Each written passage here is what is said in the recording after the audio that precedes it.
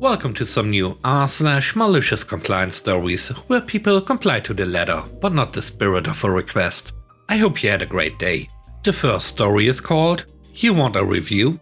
I recently ordered an item online. Most of the reviews on their site are really good and speak of the quality of the items they ordered. When I received the item, there was an issue with the packaging as the delivery man does not want to release it to me because the seller made 2 packages for my items instead of just 1. When I told them I would just have it returned and refunded, they reluctantly agreed to give it to me. The delivery man told me that the seller should have just made 1 package instead of 2, although they sorted it out on their end.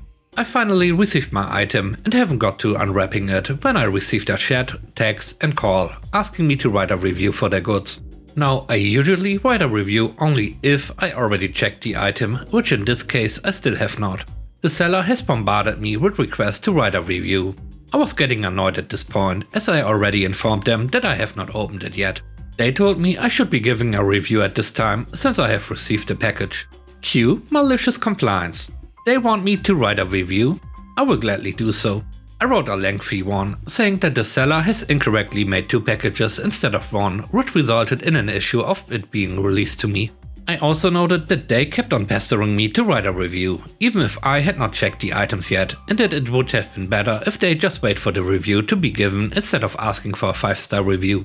That overall the item is good, but not worth the hype, and buyers will be wasting money on it. It has been 2 weeks and I'm receiving an email from the seller asking me to take down my review. All other correspondences are left unread or deleted.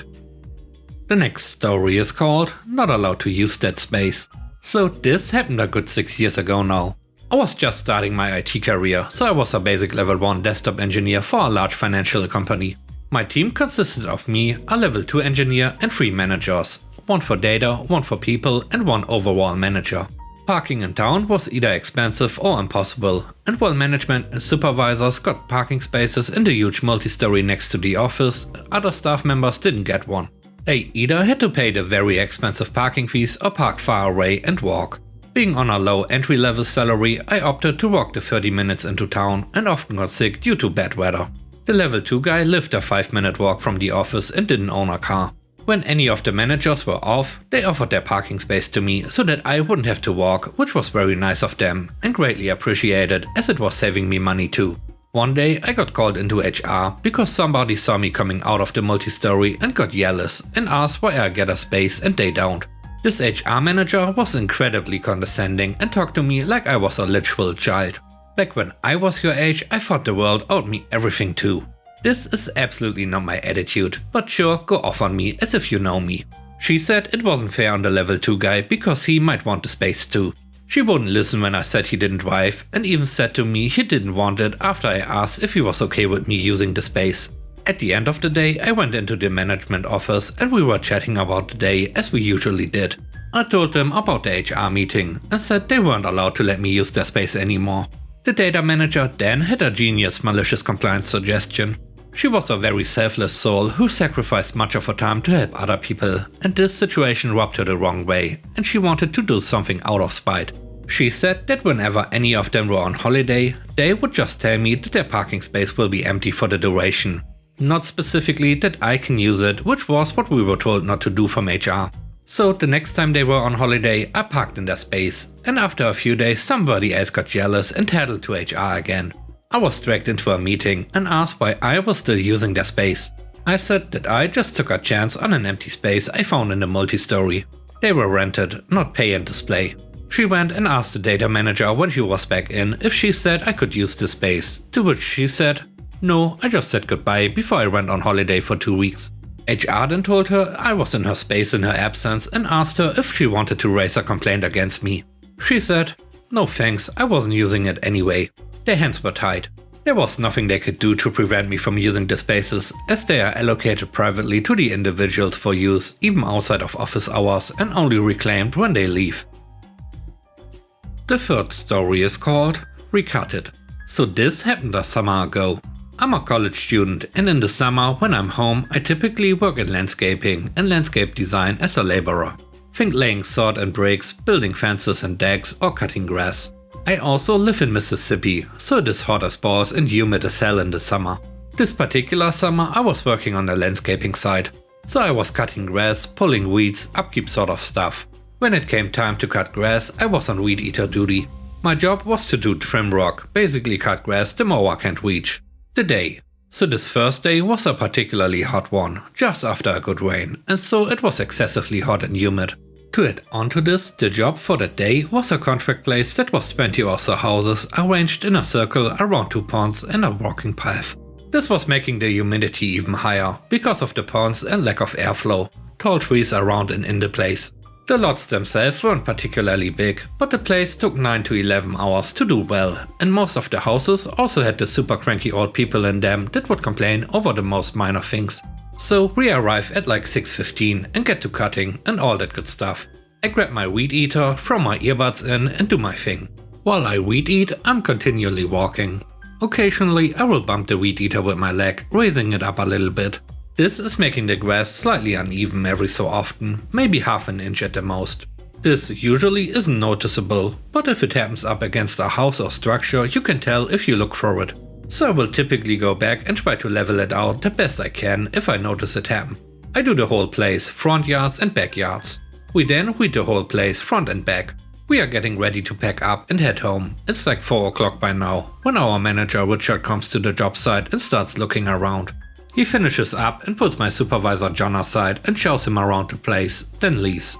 This process took an hour or so myself, John and my coworker have just burned an hour on overtime doing nothing. By this point in the week it was typical for us to be running on overtime. John comes over to us telling us that we missed a ton of stuff and to grab the weed eaters and a bucket.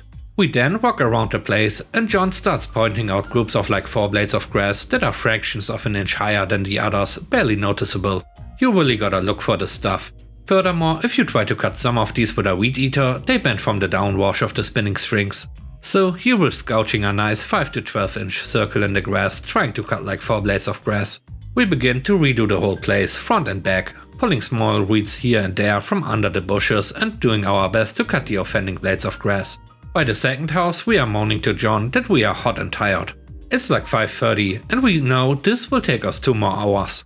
John tells us he knows this is stupid and it is not his fault. He understands the stupidity and our annoyance. Cue malicious compliance.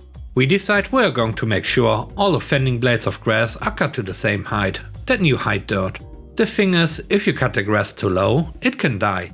We knew this, but incompetent Richard and the cranky old people wanted it the same height exactly, and that's what they were going to get. We rewalked the place and cut any grass that is against something and over the height of dirt. We also made sure to hold our weed eaters in a way that when we cut the offending grass, we hit the surrounding grass with the full 12-inch diameter of the weed eater. This was leaving a nice 12-inch circle spot that you couldn't see now, but would when the grass died in a few days. We leveled all the grass against any structure, leaving a nice gouge where walls, fences and flower beds met the lawn. We finished around 7:30 and headed home. And didn't hear a peep the next day. The next week the lawns had brown circles of grass everywhere. By Tuesday, incompetent Richard talked to John about it. John just told him the offending blades had been cut as he asked. He added something along the lines of, "It is all now uniform in height." We couldn't help that some of the grass didn't survive the new stringent height regulations. Incompetent Richard never talked to us about it again. This wasn't the first and wouldn't be the last time incompetent Richard came to nitpick our work at the end of a day.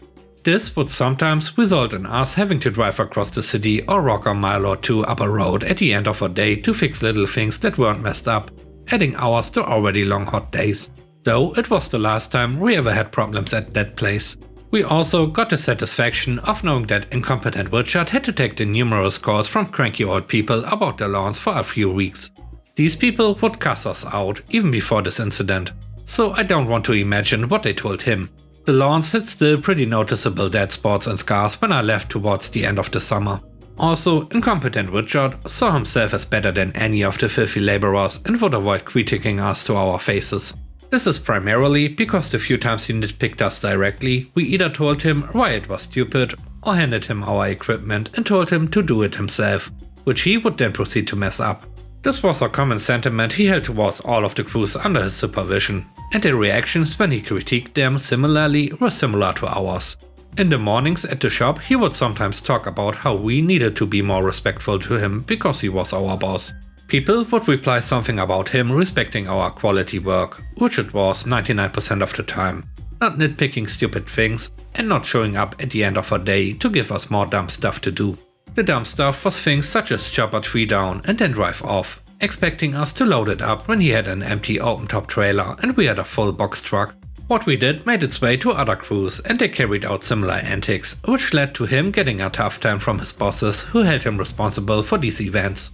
The effects of this general disdain eventually got to him so much so that you could see it just by the way he carried himself and the stress on his face. The last story is called Check in the Bag. This story is from years ago, when I was the assistant to the retail manager of a small mom-and-pop swimming pool supply store. One of the many aspects of my job was inventory management. I did the ordering, and I would frequently audit the stock to see what was low, what we had, and make any adjustments in our computer for stuff that broke, was taken by our service department, expired, etc. I also had the displeasure of dealing with customers. It was the middle of summer, and as you might guess, it's the busy season for pools. I would typically work 60 plus hours a week, with one day off. Frequently, that day off would be a Sunday one week, then I wouldn't get another until the following Friday. So you can imagine that sometimes my patience was thin. The store is hectic and busy when a customer comes in looking for something. Specifically what, I don't remember, but we had none on the shelf. I apologetically told them we were out. Then they hit me with the classic, "Well, can you check in the bag? Remember when I said I was in charge of inventory? I knew we had none, and I told them I was sure we didn't have any. Well, can you check anyway?" Cue malicious compliance. I put on my best customer service smile and say sure, I'll be back in a few minutes. So I mosey on back to the stock room, knowing full well it's not there. I take my time and stroll through the stock, catch my breath from the business of the floor and enjoy the peace and quiet of the stock room where there are no customers for a little bit. Then I head back into the chaos of the store and smile apologetically again to the customer. "No, sorry, there's none back there." The customer thanked me for checking and left disappointed, but at least I got a couple of minutes to myself. And with that, we end today's video. Let me know what you think about the stories. On a scale of 1 to 10, how would you rate the stories and today's video? I hope you enjoyed the video. If you did, please don't forget to subscribe and hit the like button. And I hope you have a great day. Stay safe. Bye bye.